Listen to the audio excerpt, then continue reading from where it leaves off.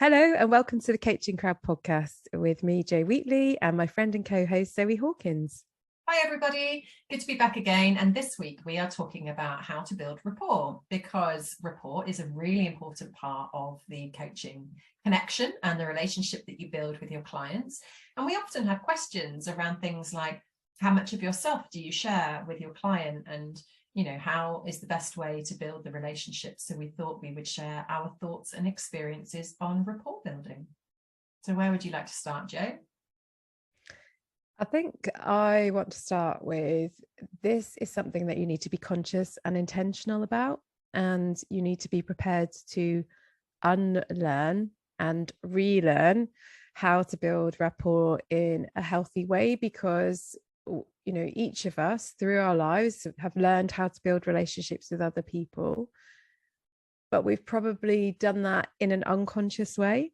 And we need to remember that we are entering into, as a coach, we're entering into a professional relationship with another person for a service that we've contracted with them for. And each and every individual is different, but part of the coaching competency framework that we work under as ethical coaches requires us to build rapport with our clients in order to build a safe and enabling relationship with them. Yeah, and rapport happens in lots of different places in the coaching connection, doesn't it? And for many people, that will be the chemistry conversation. But I believe building rapport actually starts way before that. Things like this, for example, this podcast that you're listening to, our regular listeners have a sense of knowing us, of familiarity. And in many ways, this does build rapport with potential clients way before they step into any of our containers, be it coaching training or business lounge or our emotions coaching practitioner training. I think the way that you market yourself, the presence that you may or may not have on social media, will influence how you build rapport with your clients. So if you're very active on social media and you share a lot of your story on Instagram or Facebook or LinkedIn or wherever it might be, then your clients are likely to come from that world and have a sense of who you are and how you work. Whereas if you're somebody who's more private and perhaps you market your business in a different way, or you build connections in a different way, when you come to have those sort of first encounters with potential clients, you're coming in probably more cold. And so you'll need to think differently around how you build rapport. And then, of course, you won't actually know, like, does my client have a sense of who I am? Have they been in my world? Have they not? So there's those things to factor in as well. So I think that, social media can be very helpful in warming clients up in terms of the relationship, but we can equally not take anything for granted. Yeah, rapport can come from like the unobvious things, like how long it takes you to respond to your client's initial inquiry to you. Are you somebody that responds within a couple of hours or instantly if you see it? Are you somebody that may take a week to respond to them? And it depends on what the client's expectations are around the coaching relationship. And, in those early stages, you're giving early indications about expectations that you can have of each other within that relationship.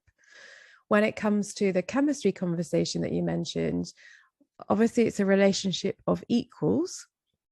You're occupying different roles, but you are equals. It's not a friendship. So it can be friendly and warm, but it isn't a friendship. It's a different type of relationship. So in that chemistry conversation, you're exploring, how do you like to work as individuals in that space? What are your expectations?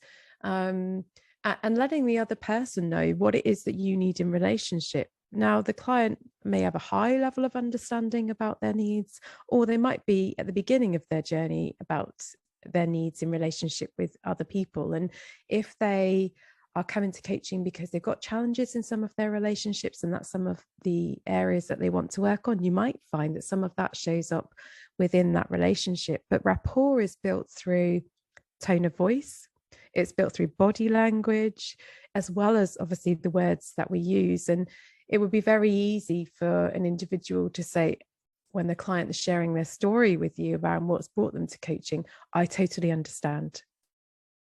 Oh yeah, I've had that experience as well, because that is often how relationships are built outside of a coaching sphere is we'd like to have had shared experiences with other people. But in the coaching space, our role is to be the champion of our client, but it's also to be objective. It's about being non-judgmental, but at the same time being able to create that sense of warmth and safety. I think you build rapport through curiosity, and coaching in many sense builds rapport by nature. So through very deep listening as you've described there, Joe, about what is being said as well as what isn't being said, showing interest in what your client is sharing in an objective and neutral way. It's about inquiring deeper into the client's specific stories, challenges, whatever they might be bringing. And it's about being clear on how you can support through coaching. And you do need to unlearn many of the typical ways that you would build rapport, as you've described there. Yes, me too, that's one to avoid. Oversharing stories around where you have had similar instances. In some places, I think it can be helpful to talk about the experience that you've had, but I think that's in your marketing and in your lead up. Like, when people are choosing a coach, they will often choose based on things that resonate with them. Like, there are lots of coaches available. So what is it that's going to stand out and resonate with the client who wants to choose to work with you? And that might be a bit about your story, but your story doesn't come into the coaching relationship and the coaching scenario. And I would also say it's okay to make mistakes. So sometimes when you're working with a client and they share something, and perhaps it's like the first 10 minutes or 5 minutes of a coaching conversation where it's more informal and you're doing a hi, how are you? How's your weekend been? Sort of check in. And you share something, and sometimes you can sense, I shouldn't have shared that. Like, you might have said something like, I had an amazing weekend with my partner and it was lovely. And then your client might share that they've just split up with their partner and that's all that they can think about. So you do need to just have a real awareness around the ability to calibrate that if and when you share personal stuff about yourself, how does that influence the rapport that you have with your client? And I would say my rapport building is very stripped back on my life and who I am. I talk about who I am in a sense of who I am as a coach, my style of coaching, how I like to work with clients. I will rarely talk about family or things that are happening beyond the occasional, I've got a holiday planned if the client is asking, those sorts of things. So but there are clients that I've maybe worked with for a number of years who will naturally just know more about who I am and more about the life that I lead, but that's been developed over a much longer period of time. Yeah, and we often talk about building rapport, and also the kind of the phases of rapport, and when it is useful in the coaching relationship to actually test the edges, kind of like to push that relationship around challenge. But that's very much dependent, going back to the chemistry conversation really, and what you've contracted therefore in the individual session or with the program overall. To what degree does your client want to be challenged? And that's a decision that you've got to kind of make and judge in that moment around calibrating the rapport and the safety in that container with also what they want to achieve. And that's where asking permission really helps to safeguard and also to deepen the level of rapport that you have. So asking your client, say, can I share an observation? It might be a bit challenging. And the client can then say, I don't know, I'm ready for that. Or yes, go on. That's what I want you to do. So rapport is something that you need to pay attention to throughout every minute really of the coaching conversations that you have. It's funny, as I think about rapport and certain clients. Like, I was actually having a client session just this week, and we were halfway through a session, and an alarm is going off in my house. And part of me then, when I hear it, is like, oh gosh, I need to pause this session and go and deal with whatever is happening. And at the same time, I'm like, can I just push through and ignore it and keep working with my client? And those moments, you know, of course, they could break rapport. You know, my client is there in the session, it's their time, and interruptions are often unwelcome when you're paying for a particular service. And yet at the same time, we are all human, and so you have to bring that human element. So I think when you build rapport and rapport is strong, unexpected things are going to happen mid-session. There may be I don't know, your dog starts barking in the background at the postman that's walking by, or something. So I think building strong rapport, and also really noticing where your rapport is at. And if things happen and you sense that did damage the rapport, is to purposefully pay attention to that and repair it by you know, seeking curiosity again and understanding and making sure that you're back on the same page. So, you know, it's not that we're saying you work in this purist container where, you know, rapport is beautiful and easy and perfect. Actually, you know, in coaching as two human beings, there are going to be times when that rapport is tested and you'll need to you know, work to bring things back on track. Yeah, and if you are interrupted, like in the ways that you describe, then you can repair it by offering to add additional time onto the end of the session to make up for the time that you were interrupted. And if that works for the client on that day, they may be happy for that, or it might not be. It might say, well, let's tag some time onto the next session. And that's a nice gesture. For me, fundamental to rapport is transparency. You know, transparency around what you're experiencing as the coach. You know, that curiosity and asking, you know, for transparency from the client around what's happening for them and what their experience is of the session, of the relationship, the progress that they're making, you know, whether it's meeting their expectations, anything that they don't understand, you know, rather than getting into a people pleasing dynamic within it. I think it's having that transparency and authenticity in the relationship is really fundamental. So creating a space where the client can say, I don't even know how to answer any of these questions today. You know, I'm exhausted. And then for the coach to just be able to sense into the needs of the client and use that to influence, you know, to really channel the client, and for that to influence how you then respond and engage with the client. And that may be a case of you just holding pause and silence for a bit of time, not feeling the need to verbally respond to your client, because you're just sensing that they just need to be able to breathe and have some space. Or whether you're channeling and you choose to respond with a, shall we start there? So it's about, you know, the energy matching as much as it is, you know, with the words and the questions and the responses to it. And again, that's about matching their energy, but also raising the energy sometimes, you know, if that's what the client needs, or bringing the energy down if that's in service of what the client has asked for within that session. So again, lots of micro noticing and checking and tuning. I think also when you look at rapport with your clients, it's worth looking across the breadth of the clients that you hold and bringing curiosity to any patterns of rapport that you're seeing.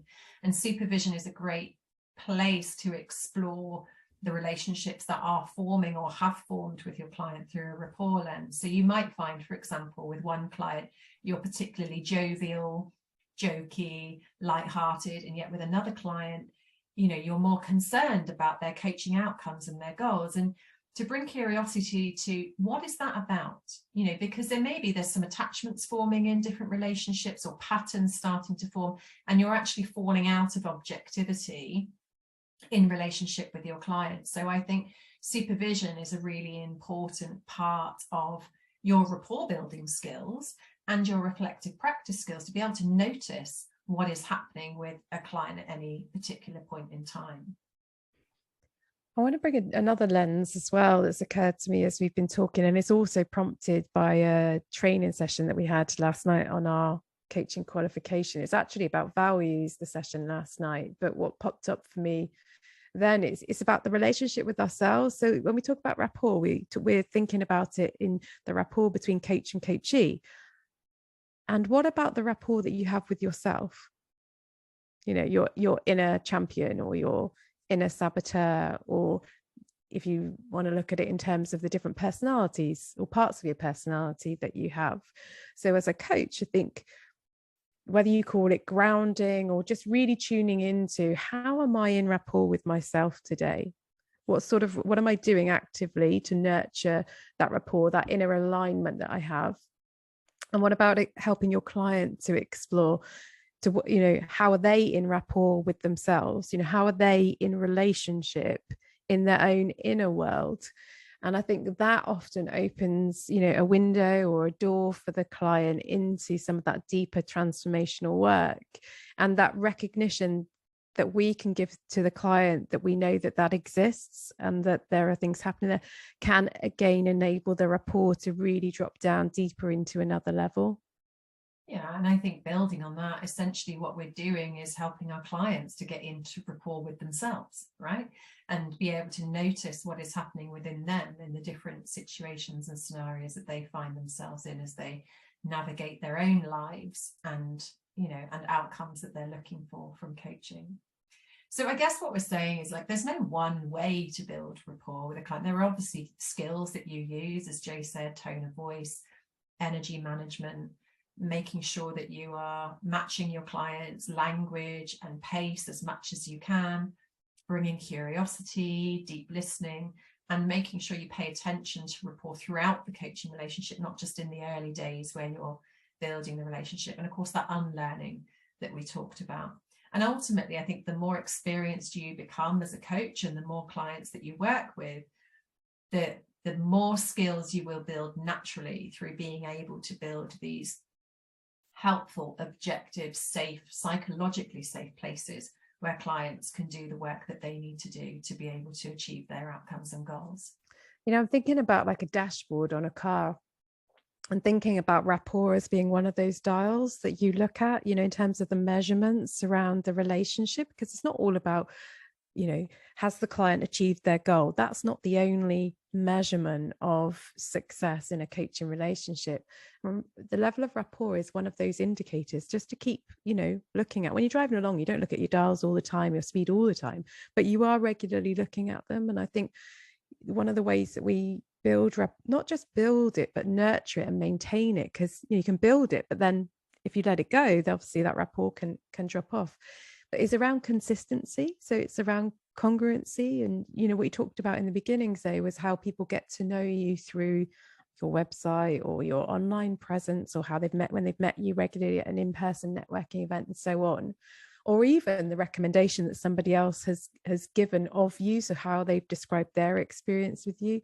It's about when they then meet you in person, do they have that same experience that they thought that they were going to have? And you can be that point of consistency in an individual's life. So when clients are coming and they've got very busy professional and personal lives, and then you are consistently there, you know, as that kind of blank canvas, if you like, and that you are able to maintain that level of peace and calm. It's like a little oasis for our clients where they can immediately feel safe, accepted, that they belong. And that can then really, I think for me anyway, I suppose one of the best signs of rapport is when words are not needed at all. Yeah. It's just And where being you able can, to be together. yeah, and where you can be yourself, you know, without any of the bells and whistles. Now, I was with a client this week. We've been doing some work on values, and they'd wrote some stuff, you know, around what they needed. And then this person was looking back on that and saw themselves through a different lens, and was surprised, I think, at what they had written, but didn't need to censor that for me, you know, because it was what it was. It was written when it was written. That was a moment in time where the client experienced it. I knew it didn't define my client, and my client felt safe to be able to be their whole self, you know, exactly how they are in that moment. And I think that is a huge gift that you can give. And I think as coaches, what we do through Rapport is essentially invite our client to be their best self, because they are safe, they can step into their adult, they can share what they need to share. And it's from that place that they're able to access all of their resources, all of their gifts, all of their talents, and think clearly about what they want to gain through the coaching relationship. So, you know, rapport is quite a little secret weapon, really, when it comes to coaching.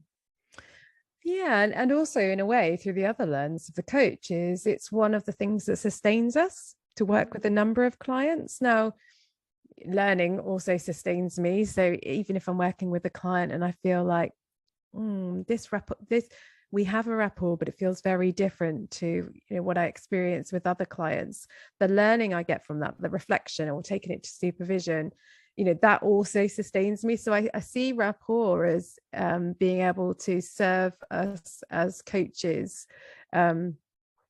because we all, as human beings, need human contact. We need to be in relationship with others, and rapport, I think, is one representation of recognition. When you're in rapport, you're recognizing each other, and recognition is one of our fundamental basic human needs. So yeah, it really is a gift to both the coach and the coachee. Absolutely.